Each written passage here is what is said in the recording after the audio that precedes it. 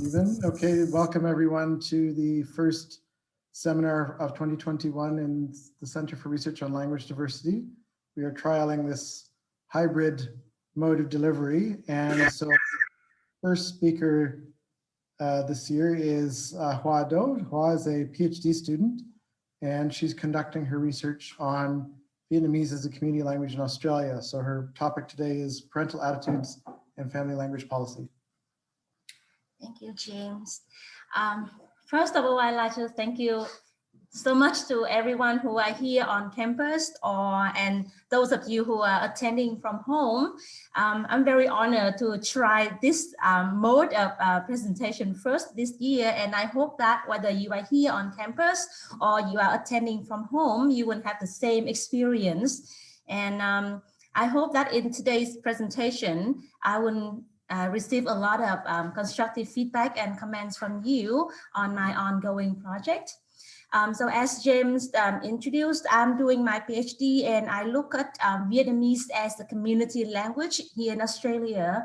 And I look at the Vietnamese community language use and language attitude. I will share with you, I will briefly talk about the Vietnamese community here in Australia, and then I talk about my overall project, and finally I'll share some initial findings that I have so far, because I'm still waiting for data to come. So the data that I'm presenting today is just a very initial one, and I provide very descriptive statistics only. I haven't been able to do a lot of complicated or correlation or mixed effect analysis at all. Okay. So first, can I just tell myself? Yes. So first, let's talk about the Vietnamese migrants in Australia. The Vietnamese community in Australia has always been top 10 largest migrants communities in Australia, and actually we are in place number 6, and the population is still increasing steadily every year. Researchers looking at the Vietnamese community in Australia often discuss the status of the community, whether we are a diaspora, whether we are victim, we are refugee, or we are a group of transnational migrants. So if you look at the history of the Vietnamese community in Australia, you would notice that from the period after the end of the Vietnam War in 1975. Yes. I'm just logged on to Zoom and lost the PowerPoint. The slides aren't advancing.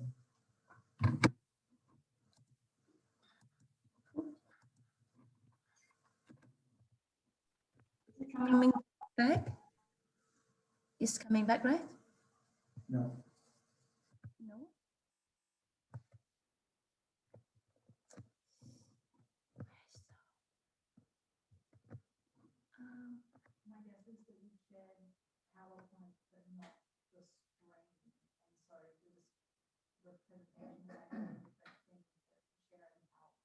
So should I stop sharing PowerPoint and share my screen instead? Probably. Yeah. Excuse me, everyone from your home office. I'll have to stop sharing the presentation and switch to the screen sharing. So sorry. On her, in that case, maybe she has to use the computer as well. No, because we connect here. Oh, but it is showing it? I mean, no, she's not filming that. She's simultaneously showing it on her computer, and people can see what's on her computer. Yes, and yeah, here you see it on this TV here. Yeah, yeah. Sharing, share screen.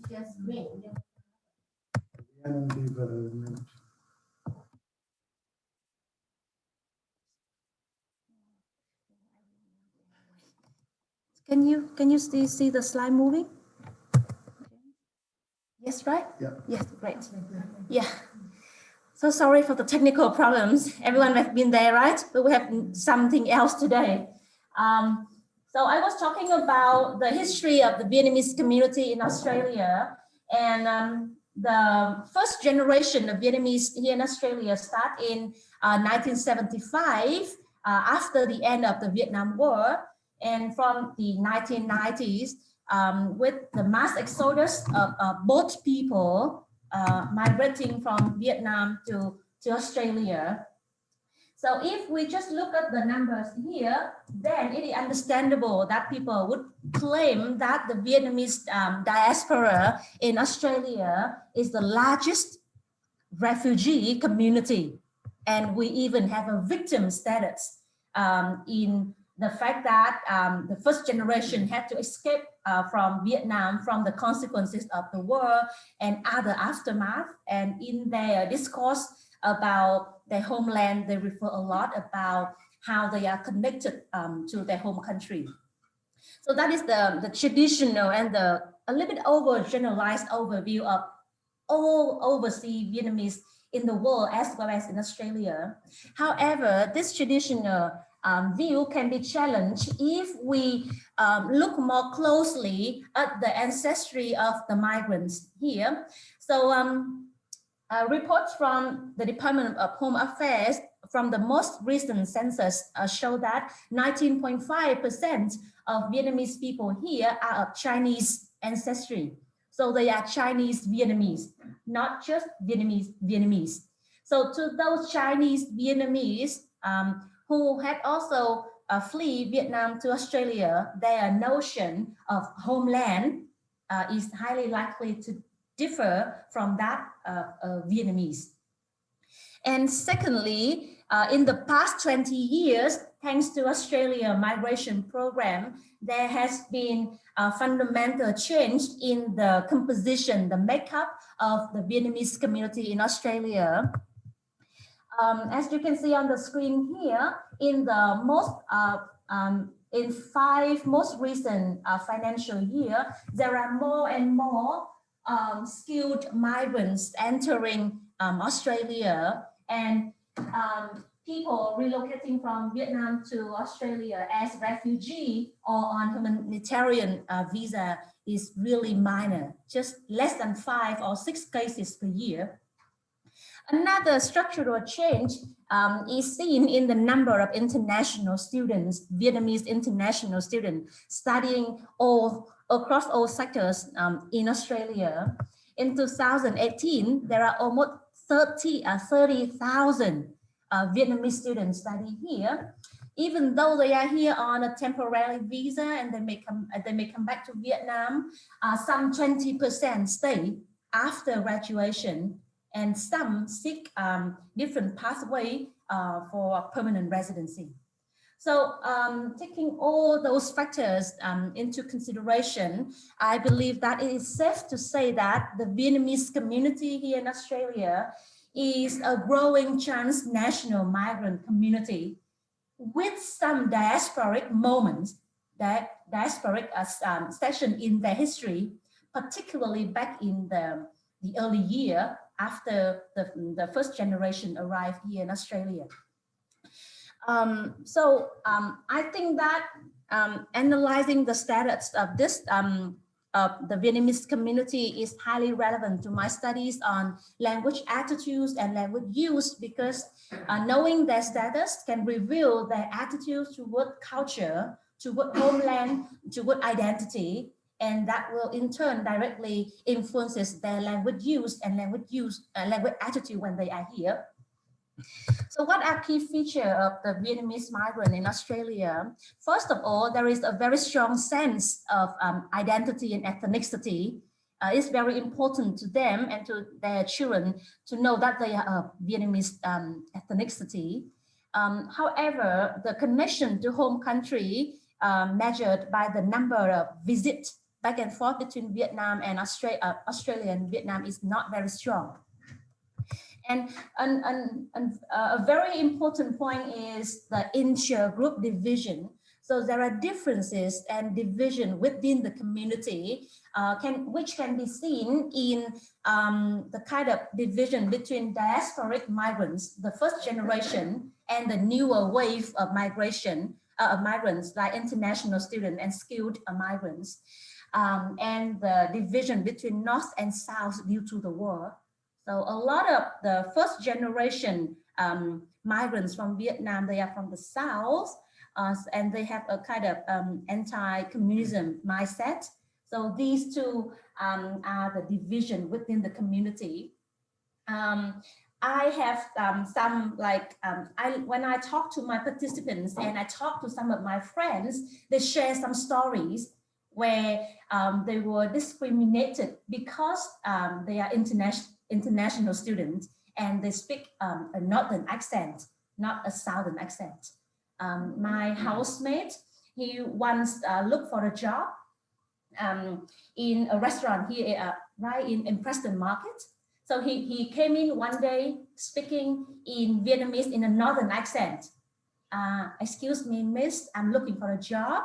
Are you looking for any part-time like employees? They said, no, I don't need anyone. A few days later, he came back speaking, mimicking a southern accent. The same thing, and yes, we're looking for some, come, try, you can try right today. So that's one example. Another example is when people, you know, we have a lot of pagodas here for the Vietnamese community. So the young and the old, we go there and we pray during Tết, the Lunar New Year festival. And then they pray and they speak northern accent. And an old lady with a southern accent turn around. Are you international student from the north? You come here to take our job. You come here to get married to people and then to get residency. So even though those are anecdotal evidence, I heard about them a lot. So I'm interested to find out whether really there is a division within the community. And those features, though characteristic, has direct impact on the linguistic behaviors of the Vietnamese community. So diasporic migrants, they tend to refuse to use vocabularies or words in use after they left Vietnam or more contemporary vocabulary, and they cling on to the old vocabularies. And for new migrants aware of that, they tend to avoid using those sensitive words or newer words in order to avoid unnecessary conflicts.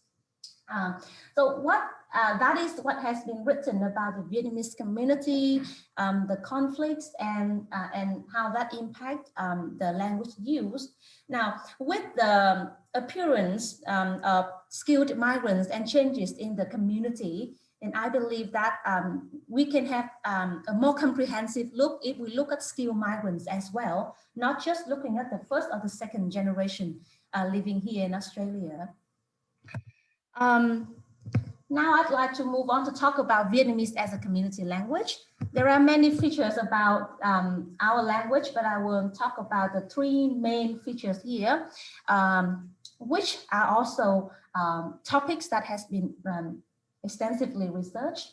First of all, it is an isolating and tonal language. We have 6 tones, we have level, falling, rising, curve, broken, and drop. And with the different tones, the meaning of the word will change, and the tones will also determine outcome of the combination of 2 languages. In Vietnamese, we have a very complex system of person reference, including kinship terms and personal pronouns. So, for example, the way I address myself to James will be different to the way I address myself to Carol or to Carrie or to Lauren or to you, Melanie, based on our relationship, based on how old I am, how old you are, how close we are to one another. Instead of having I for it, I can say I or em or chị or con or cháu, so it's very complicated. And we have 3 main dialects. The one spoken, we have Northern dialect, Central dialect, and Southern dialects. Even though there are difference in lexical items, so vocabulary in the North can be different to those in the South and in the Central. The dialects are intelligible to all speakers from all the country. So if I'm from the North, I can be totally understood by someone from the Central from the South and vice versa. And studies on Vietnamese as a community language in Australia has found that Vietnamese has always been in top 5 best maintained community language. And an interesting point is that the number of young speakers of Vietnamese is higher than the number of young speakers in other community languages, which may indicate a tradition of maintaining the language within our community. There are a few studies that I'd like to cite here. They've looked at participants who are the first and the second generation speakers in Sydney, in Melbourne, Canberra, Queensland. And the researcher looked at the topic of language choice, language attitudes, and pragmatic transference in the second or the first generation speakers. And main findings are that code switching or mixing English and Vietnamese is a common practice. And within the community, there is a strong tradition of maintaining the community language. However, parents and grandparents often have kind of low expectation of their children's proficiency in Vietnamese, as long as the children can try speaking as much Vietnamese as possible. They don't mind if the proficiency is not very high. And for the children themselves, they think that because they lack an exposure to correct use of Vietnamese, then their proficiency is not very high, and they tend to, and of course, under the pressure of living in an English-speaking country and the prestige of the mainstream language, their proficiency is not very high, and when they speak Vietnamese, they tend to be more direct than indirect, because indirectness is a key feature in Vietnamese when we speak. So these studies, even though they provide very comprehensive understanding of Vietnamese as the community language here in Australia, they have neglected a growing component of migrants in the community, which is skilled migrants. And when looking at language attitudes or language use, they adopted a very direct approach in measuring language attitudes. They directly asked respondents, what do you think about this practice? What do you think about that? And in fact, self-reported response can be different from privately held and unconscious response attitude, which I believe has stronger impact on our language use. And also when they look at language use, they look at reported language use rather than looking at both reported language use and natural language use. For my project, I want to fill this gap by looking at both language use by recording or eliciting natural language use, and then I measure language attitudes in an indirect way using the match guide techniques. And I also have a questionnaire to ask about the respondent reported language use and language attitudes, so that I can have different points to compare. So for my project, I have 2 main phases. In the production phase, this is where I collect natural spontaneous language use, and I did this by conducting social linguistic interviews with my participants. However, due to the pandemic, it was put on a long hold, and then I had to turn to Zoom to conduct interview. And as you may expect, hard as I try to be natural and to be friendly and to elicit speech, it cannot be compared to a face-to-face interview where I get people to talk about their history, their settlement here. I hope that this year I can conduct more, but if time does not allow, I will have to be happy with what I have on Zoom. For the perception phase, that is where I use an experiment or the match guide technique to indirectly measure people's attitude toward different ways of speaking Vietnamese. And I include that match guide technique in a questionnaire And I hope that I can do follow-up interview after I collect enough data. I distributed the questionnaire 10 days ago, and the data that I'm presenting with you now is from this questionnaire here. And because I'm still waiting for data, so as I said, I can only provide you with a very descriptive analysis, and I haven't had any correlation or more complicated analysis. In order to have the questionnaire, again, I had kind of short interviews with a group of participants so that I can have information to build the questionnaire. Okay, so I will talk about what I have from the interview. So I have interviewed, I interviewed 18 people. The majority are female because it is easier for me to talk to them. I try to recruit 7 men here, but I know if it is my weakness or not, but I find very difficult. So it is easier for me to talk to ladies. In terms of jobs, the majority of them are working in professional field. They are researcher, they are programmer, IT engineer, for example. Some of them are working as a makeup artist, nail technician, a very popular job here, or a cook or chef. So after I interviewed them, I have all the interview transcribed, or I conducted the interview in Vietnamese.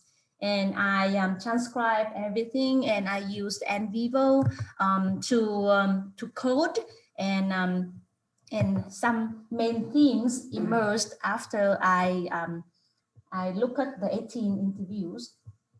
So the main themes are parental ideology, parental language practice, and their effort, what they do to interfere with their children's language choice and language use.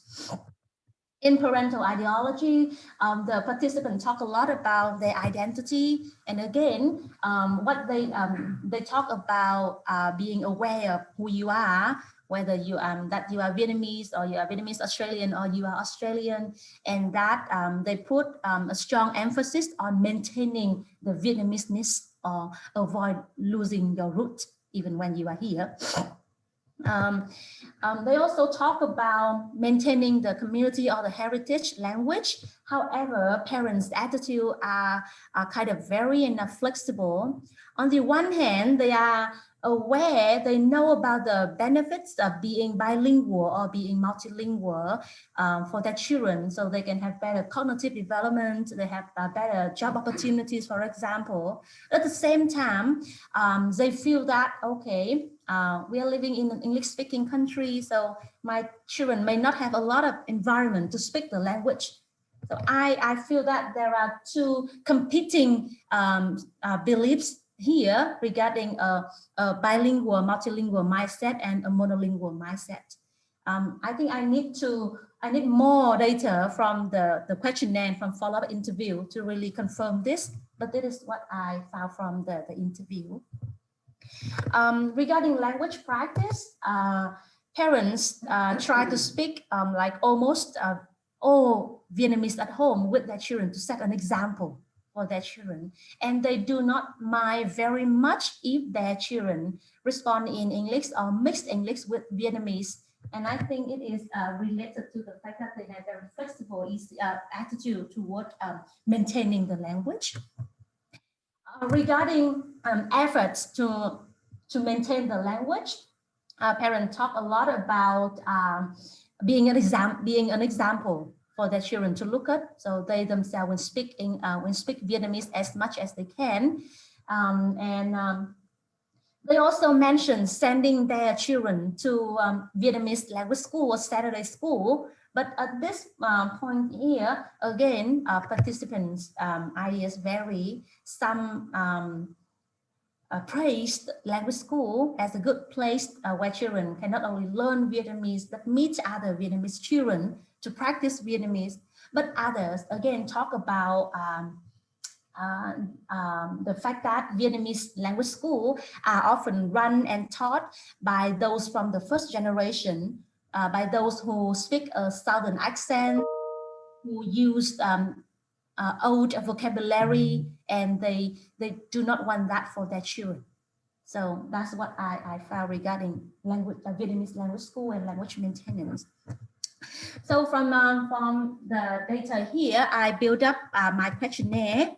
And in my questionnaire, apart from the language attitude section, I have 3 main sections here. For the personal information, I asked a participant about their age, their gender, their job, and I asked them about their residency status here, whether they are temporarily resident, permanent, or an Australian citizen. I asked them about their migration pathway, whether they came here as a skilled worker or family member reunion or refugee.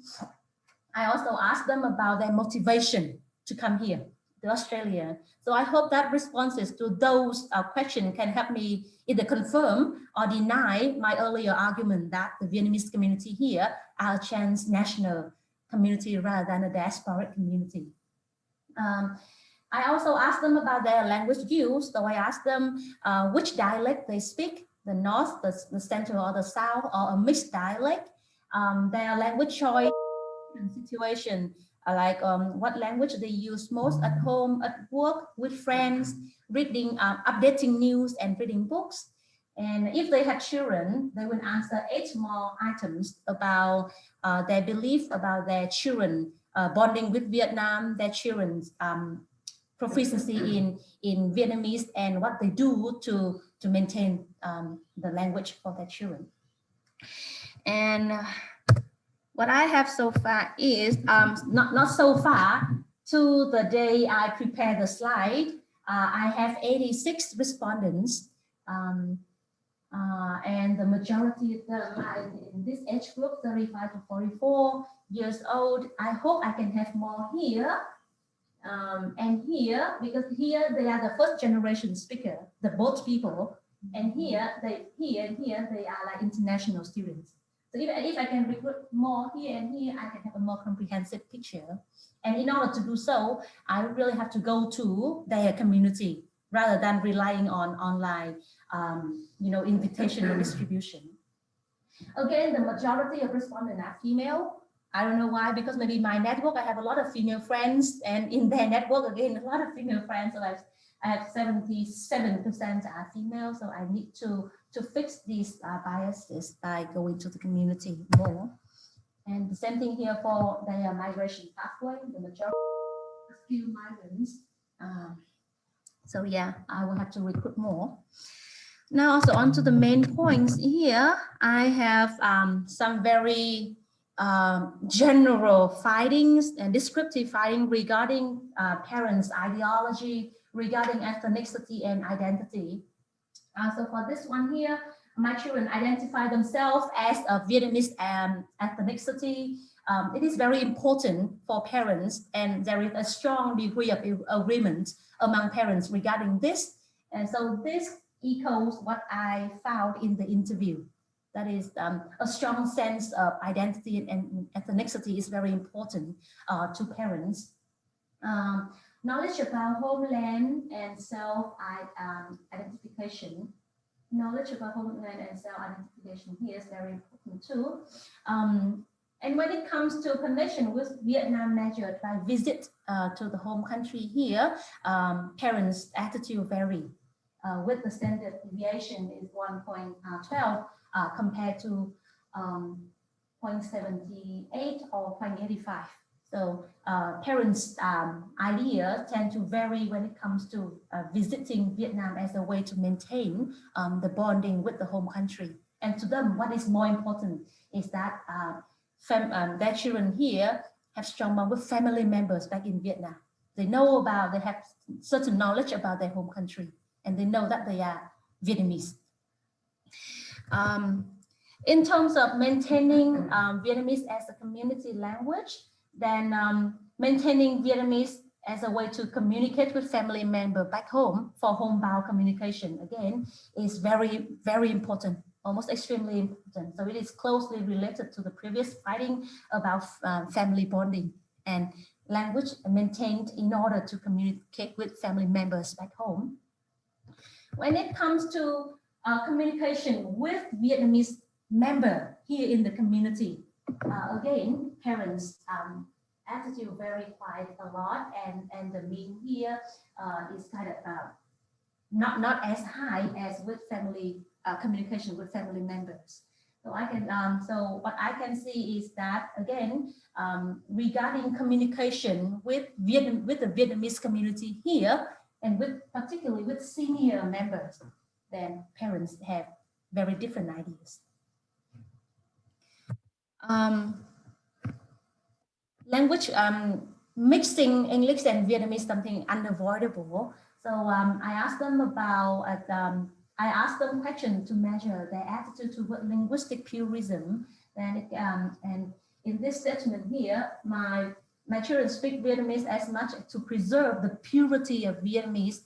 Then the mean is not very high. It's a 3.43 on a scale from 1 to 5 here. And again, the standard deviation is high, 1.33. So showing that our opinion toward linguistic purism is again varied, and I'm not so sure at this stage yet, but if I have more data, more respondents, and if these numbers stay roughly the same, then I can safely put that code mixing or code switching is no longer viewed very negatively. Then people are more positive, and they think of code switching or code mixing as someone linguistic repertoire that they can rely on in different situations, rather than a very conventional view of you have to speak Vietnamese in order to preserve the beauty of one language only.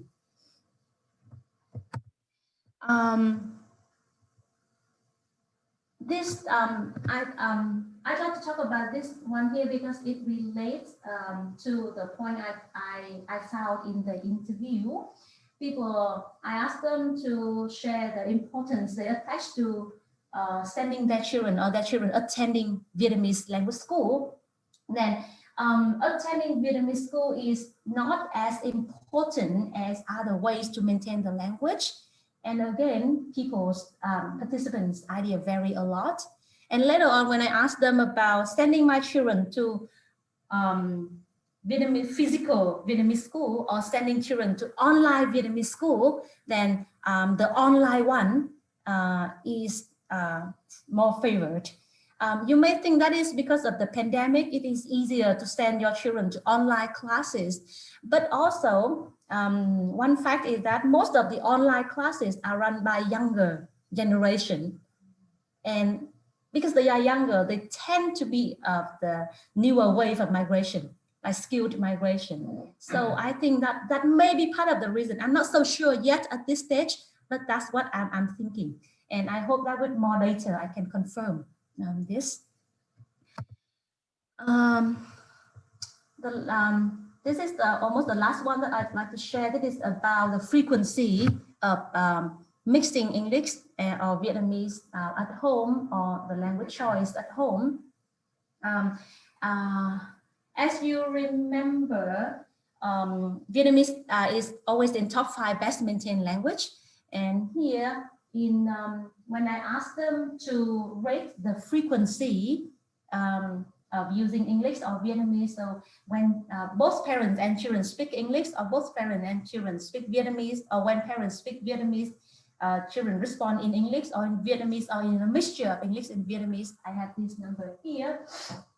So as you can see, both parents and children speak Vietnamese is the most common practice. So again, it's confirmed the fact that Vietnamese is best maintained language within the home domain. And here you speak English and they respond in Vietnamese. So parents rarely speak in English to their children. The number is 1.82. So I can see that is consistent that they believe I'd like to speak a lot of Vietnamese to set an example for my children. And here in their reported practice, they also report that I try to speak English as little as possible, or rarely speak it, and try to speak more Vietnamese with my children. So I can see some consistency there in the reported belief. and reported practice. If later on when I analyze their language use, then I can somehow confirm this.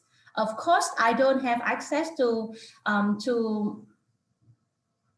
communication within the home domain, but I hope that by looking at the natural speech they speak with me in the social linguistic interview, I can draw some correlation or relationship with the frequency of using Vietnamese or mixed here.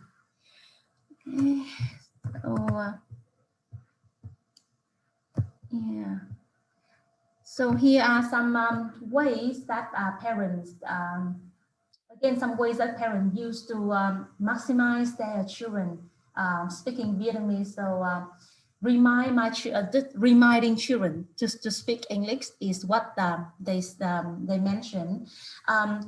An interesting point I noticed from the interview is that parents, I think they are, or they appear very good parents in that they never force their children. You have to speak English. You have to speak Vietnamese at all the time, but they just gently remind them. When their children forget and insert English word or speak English, they just repeat it in Vietnamese or try some very tactful and gentle way to correct their children rather than straightforwardly ask them to switch to Vietnamese. So they just remind in a very gentle way. So I think that may have something to do with parents and their parenting style regarding that they are younger people than the older people, the first generation. Yeah, so that is the point that I talked earlier about online Saturday classes. Saturday classes or online classes here, where people tend to prefer online classes to Saturday classes. All right, so I have, that's all the data that I have so far from the questionnaire and from the interview. There is not very, in-depth or insightful analysis yet at this stage, but I hope that when I have more respondents from a more representative sample of the population, and when I can conduct follow-up interview with the respondents, and I can have some more in-depth and insightful analysis. And if later on I can do some more correlation between the respondent demographics and extra-linguistic factor and their attitude and their language use, I can provide a more comprehensive and useful analysis of the situation. Yeah, so thank you so much for your attendance here. And if you have any questions, please feel free to ask me here or type in the chat box on Zoom. Yeah, thank you, Karin. Yes.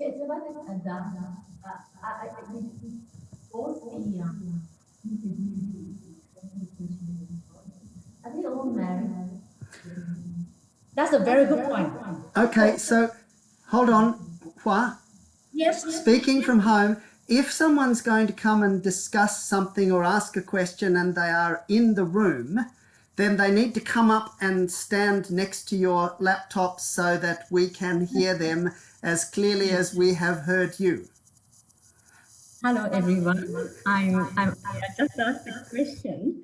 I asked if the interviewees and questionnaire respondents are all married to Vietnamese partners, and because I think that makes a big difference. Yes, yeah, thank you, Karin. That's a very good point. And I actually received a feedback from I received one feedback from one of my respondents. I'm not sure about others, but she got married to an Australian here, and she told me that because my husband speaks English only, so I'm the one who speaks Vietnamese. So it is, and the way I intervene with my children's language has to be very gentle and tactful because I have my husband there. So that's a very interesting point. For my questionnaire, I didn't ask that question. I wished I could. I wanted to ask a lot of questions, but considering the fact that in my questionnaire, I asked them to listen to 8 recordings And then for each recording, they have to rate the speaker on 7 qualities. So that's 56. And then they have 10 questions about personal information, 6 questions about language use, 8 questions about language and children. So I decided not to include that. So I think I will acknowledge that in my report later on, that I didn't ask about the type of household or the type of marriage of the respondents. That's a very good question. Thank you, Carrie. Miriam has a question. Yes. Yeah, hi. Well, Hi, Miriam. I'm not sure if this is going to work. Hi, I'm not sure if this is going to work with me asking and whether everybody else in the room will be able to hear me. Yes, we can. As long as you can, that's the main thing. Thank you very much for your talk. It was really interesting. I very much enjoyed this. You've done a great job with the problems that we've all had with trying to keep doing research during a COVID year. But I just wondered whether you might be able to turn some of that to your advantage. If you are planning on going back and doing further interviews with people who you interviewed online, if you want to try and do face-to-face interviews with some of the people you did online, I mean, you'd have a nice comparison then, wouldn't you, between the different mediums?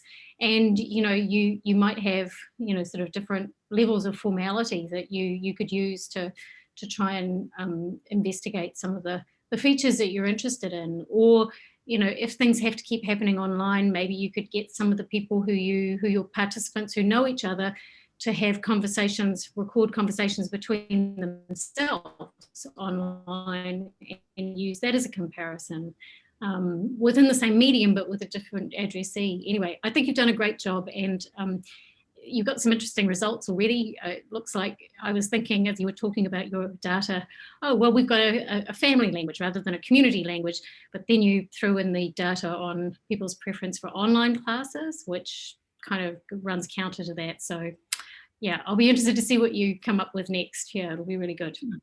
Thank you so much, Miriam, for your encouraging words. And yes, your suggestion is very interesting. I never thought about it, but yes, if I can compare how they speak to me when via Zoom and how they speak to me in person, and that's a very good point of comparison.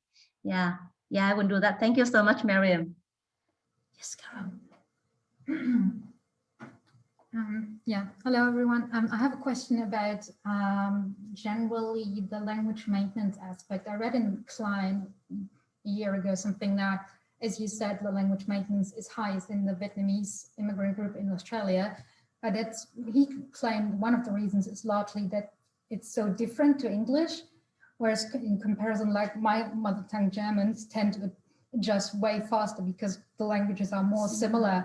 So do you think this is the main reason, or is like the strong identity as Vietnamese people more relevant to the language maintenance situation here, or does it differ between generations, or what is your take on that? Yeah, thank you, Carol. That's a very interesting question. Personally, I would say a strong sense of identity is more important than how similar or how different Vietnamese to English. That's what I feel. I haven't really looked at do a very thorough analysis of how similar and how different Vietnamese and English is. But from what I observed so far, we talk a lot about it is just natural. You are Vietnamese, you have to speak Vietnamese. So that's what they say. And then now I think one of the reasons is that for the first generation who came here as both people, their level of English is very low. It's very low. And that's why they speak Vietnamese with their children at home. In one study, about second and 1.5 generation children growing up in Perth, some of the respondents said that even though they came here before the age of 3 or before the age of 5, and even though they were born here, when they went to school, primary school, they were sent to ESL. They were sent to English language school. And it wasn't until they were in grade 6 or grade 7 that they became very fluent in English. Simply because before going to school, within their community, Vietnamese community, and at home, they spoke Vietnamese only. So I think a strong sense of identity is more important than, and parents, low English proficiency is more important than how Vietnamese is similar or different to English. That's what I think. Thank you. Maria has a question online. Yeah. Maria, did you want to ask your question? It's not a question, it's a comment. For me, it was completely obvious. I'm not sure if you can see me. It's completely obvious why parents prefer online. It's just because parents are time poor, especially on Saturday morning. So if the choice is between having to drive the children half an hour in each direction to a school and then, you know, hang around for 3 hours for the class, or you just stick them in front of a computer, and really it's close enough, I would have thought that was a really obvious choice. So yeah, because there's, you know, there's sporting activities on Saturday mornings, there's all sorts of stuff, you know, music activities, so on and so forth, and parents are, you know, at the end of their tether. So anyway, that was just a suggestion for why I think that would be that preference. Yes, thank you, Maria. Yeah, I thought about it too, because it's way more convenient for the children to do this online. They don't have to spend time traveling. But yeah, I also, because yeah, again, some of the parents talk about the language used at the language school as another reason. And I hope that I can have more data from that to really see the reason why online classes up to like this point is preferred more than Saturday classes. Thank you, Miriam, for that. Pallavi has a couple of questions in the chat, but maybe Pallavi, if you could unmute yourself and ask the question. I just cannot follow. I'm following. Yeah, thank you, James. Hi, Hoa. Thank you for the presentation. It was really interesting. Yeah, so when you are talking about the language maintenance, do the parents, they encourage mainly the spoken proficiency, or they are looking at overall all the other proficiencies like reading, writing, Vietnamese? What are your observations? And the second question was like, do they prefer sending them to community language schools over the Victoria School of Language classes? Have you checked that point of view? Yeah. Yeah, thank you, Pallavi. So far, what I've observed is that more emphasis is put on the spoken ability of their children, the fact that they can express themselves clearly with parents or talk to family members back home. I also talk to some parents. I think they are my outlier. They may be like they love language a lot and they care a lot about culture and identity. So they are really Vietnamese teacher to their children. So they bought book from Vietnam so that their children can write, can improve their handwriting, can know how to form words. So I think for the general sample, then they focused on spoken proficiency, but for some who are like highly educated and care a lot about language maintenance, then they do want a proficiency in reading and writing as well. And the fact that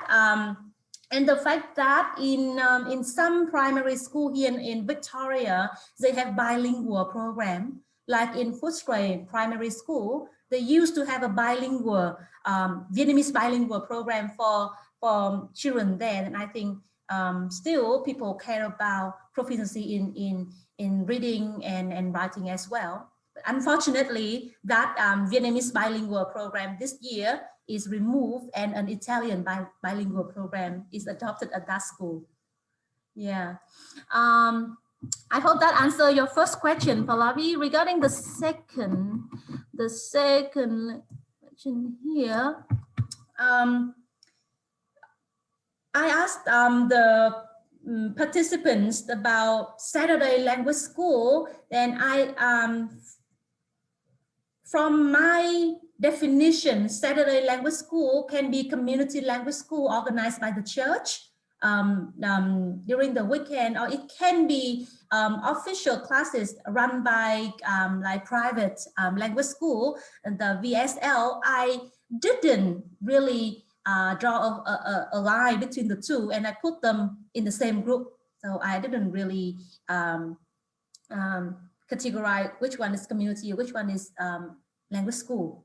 So I just look at that as Saturday language school compared to online school, different mode of using and run by different group of people, I think. So that's what I'm doing so far now, Pallavi. Okay, thank you, Hoa. Thank you. Thank you.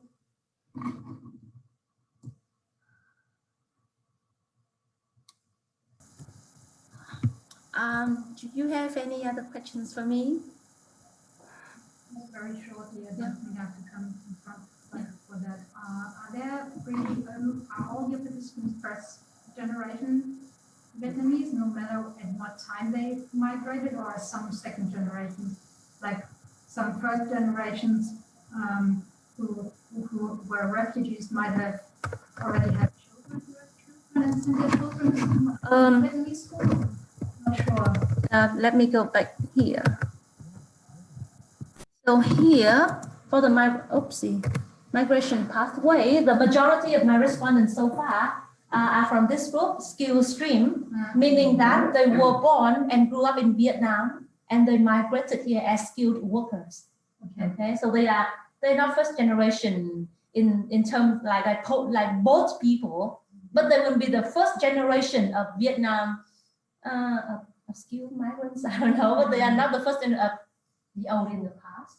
Yeah, so they were born in Vietnam, grew up and raised in some maybe like educated, partially educated in Vietnam, continued their education here, and then gain permanent residency here, or they were educated in Vietnam and then migrated here as skilled workers. Okay, so you're not looking at children of earlier refugee migrants.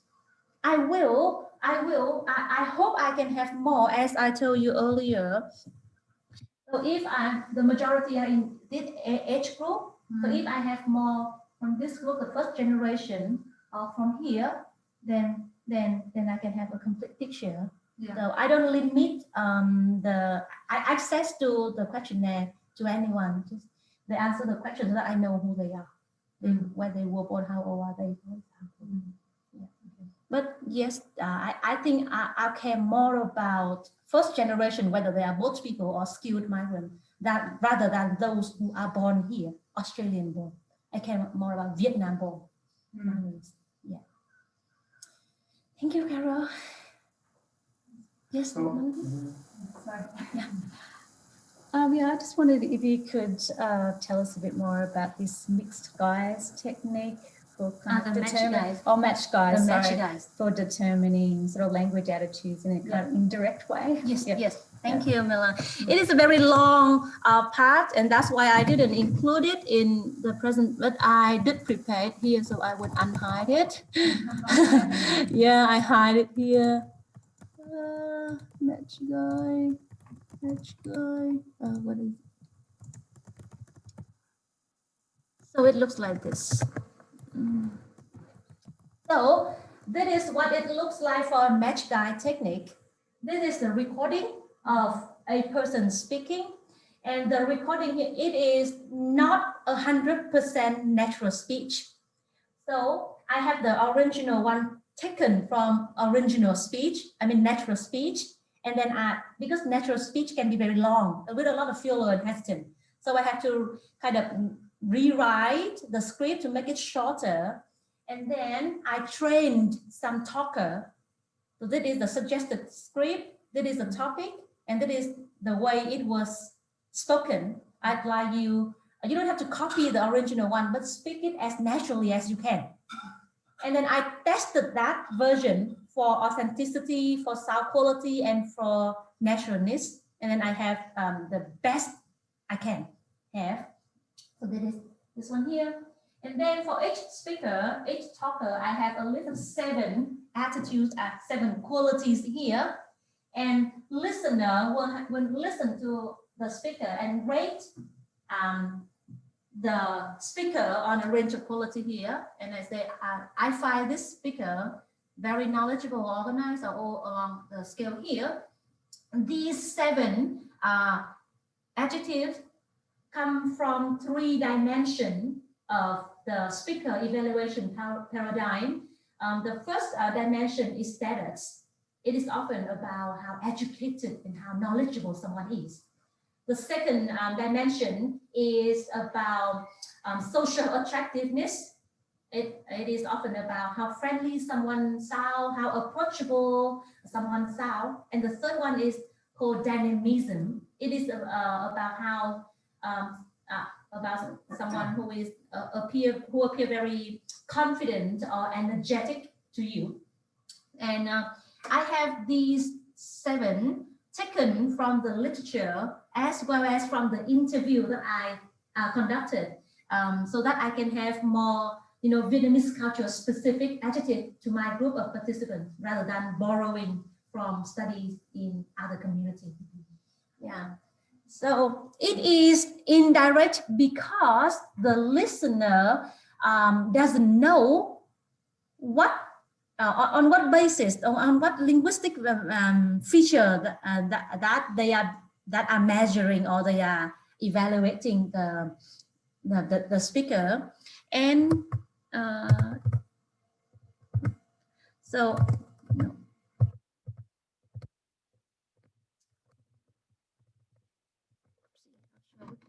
this slide that here. So why it is indirect and why is it so it can capture the. So here, as I said, I have 8 recordings. I have 8 recordings, but they were spoken by 4 talkers only, 4 speakers only. So let us go. So it's very complicated. Bear with me. I'll try my best to make it as easy to understand as possible.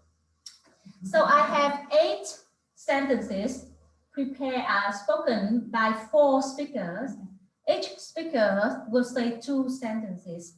So sentence 1, sentence 2, sentence 1, sentence 2, sentence 1, sentence 2, sentence 1, sentence 2.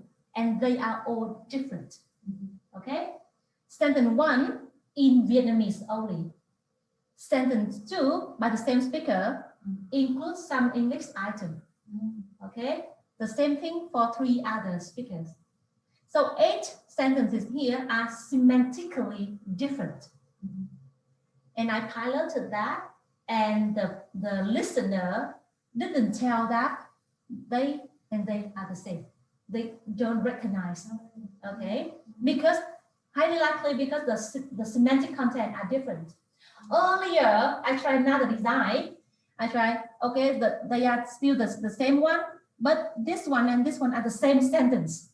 So this one is the same semantic content and they easily recognize the speaker, even though I try to include a lot of fillers and distractor. That's why I had to change the design. So first group listened to the same speakers saying 2 different sentences in 2 different ways, one in English and the other in Vietnamese. And it is called the within subject design because you listen to me saying one in English, one in Vietnamese, the within subject design. And then I have a cross subject design. I have the second group of listener. This time they will listen to the same 4 speakers, but they will listen to different sentences. So for example, talker 1, sentence 1 in Vietnamese, talker 1, sentence 1 in English. Okay, and then the same thing, talker 2, sentence 1 in English, sentence 1 in Vietnamese, sentence 1 in Vietnamese, sentence 1 in English, and the same thing. Okay, so across subject, they listen to different guises, and this are called guides. Okay, and the only difference is here. So how are guides and why they are called match guides? So for example, this one here is in Vietnamese. The conference has been cancelled due to the pandemic. And in Vietnamese, this is the word. And then I changed it, cancelled here. So I use Audacity. I cut out this Vietnamese word. I insert this English word. Okay, so I have these 2 here, exactly the same, except for this Vietnamese word and this is English word. And that's why they are matched. Okay. and they won't be spoken by the same person. So when I say this with some English word, if you rated me more highly on knowledgeable, more highly on educated, and then you rated me lower when I say all Vietnamese, lower on educated or on knowledgeable, then I can draw some conclusion about how you view a speaker saying a word in totally Vietnamese or in English, or with some English word. And for my four talker to speak a northern accent, to speak a southern accent. So accent is another factor that I look at. So if I say this sentence in the northern accent, will you rate me higher on friendliness, on approachable, or do you rate me lower? And does it have something to do with the fact that you speak a southern accent and I speak a northern accent? So I will have to look at a lot of things, which is very complicated, and I'm overwhelmed just to think about it. Yeah. I have a question, one final question in the chat from Felicity. Felicity, did you want to unmute yourself? Yeah, so here, so Felicity, you were asking me about the aspect of speech that was manipulated and how, and I was talking about it. So sorry. Yeah, I think you've sort of answered our question. Yes. We're just a bit confused about, sorry, I've got an echo in here. The slide that you just showed, this slide that you have on screen at the moment, can you just describe those three lines? So you have the first guys, what we're assuming is that you had somebody produce the first sentence, and then that same person produced the second sentence, which with the code switch. Yes. Is that right? And then you manipulated, you removed the cancelled and manipulated that back with the word from the first sentence. Sorry, we're just a bit confused about how you manipulated. Yes. So let me say it again. So I would ask a speaker, a talker, that's how they call it, I would ask a talker to produce two versions of the sentence, one in Vietnamese and one in Vietnamese with some English words. And from those two versions, I choose the one which is more natural, which is more authentic as the base guys. So like this one, it is the base guys. And in this case, the base guys is the one with some English word. Now I will, because it is the base guy, I will remove the English item and use the Vietnamese word for that word and replace it here. And then I create the match guys. I choose a base guy and then I added this one here so that the rest stays the same.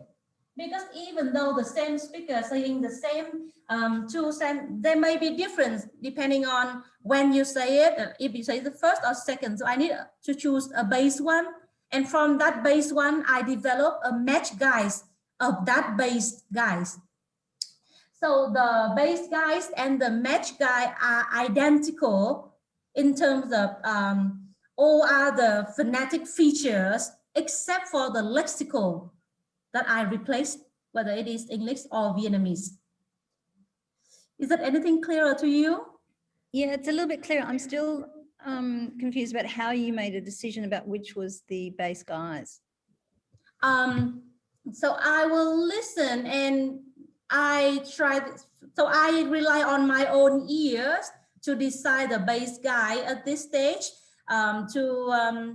which one appear more natural to me. Of course, I also asked my husband, but I didn't piloted that. I only piloted the guys after I manipulated them on Audacity. But at the first step of selecting the base guy, I rely on my own.